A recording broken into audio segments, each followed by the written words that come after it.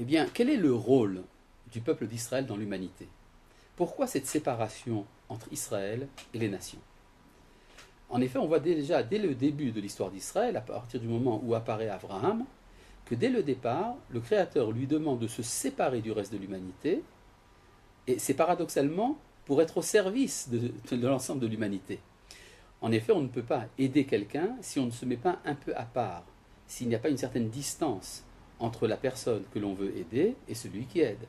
Alors, on pourrait dire que la séparation d'Israël, voulue par le Créateur, la séparation du reste de l'humanité, est une vocation de bénédiction. En effet, la Torah nous dit « Venivrechu becha kol mishpochot ha'adama » par toi seront bénies toutes les nations de la terre.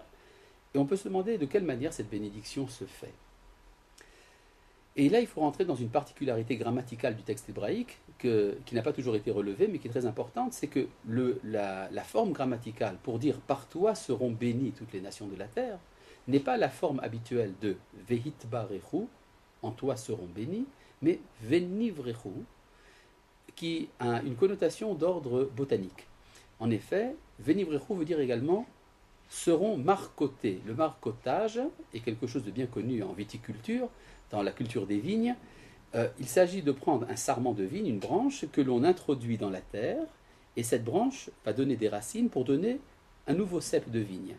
Quand on dit à Abraham, en toi seront marcotés, en toi seront réunies toutes les nations de la terre, c'est comme si Abraham servait de terrain, et qu'à partir de ce terrain doit naître une sorte de vigne qui va faire l'unité des différentes identités humaines.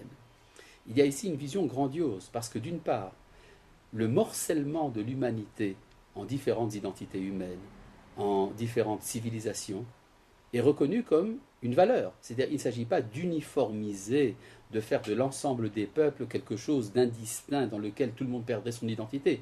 Bien au contraire, chacun garde son identité, il y a une sorte de facteur, pourrait-on dire, focalisant, qui permet de réunir tout le monde autour d'un centre, ce centre étant le peuple d'Israël, qui réunit en lui, si vous voulez, toutes les étincelles de sainteté qui peuvent se trouver dans toutes les traditions humaines, sans les remettre en question, mais au contraire en leur permettant de s'unifier. Et donc, on peut dire que c'est exactement le contraire de ce qu'on appelle l'impérialisme culturel. Dans l'impérialisme culturel, quelqu'un essaye d'imposer son identité aux autres.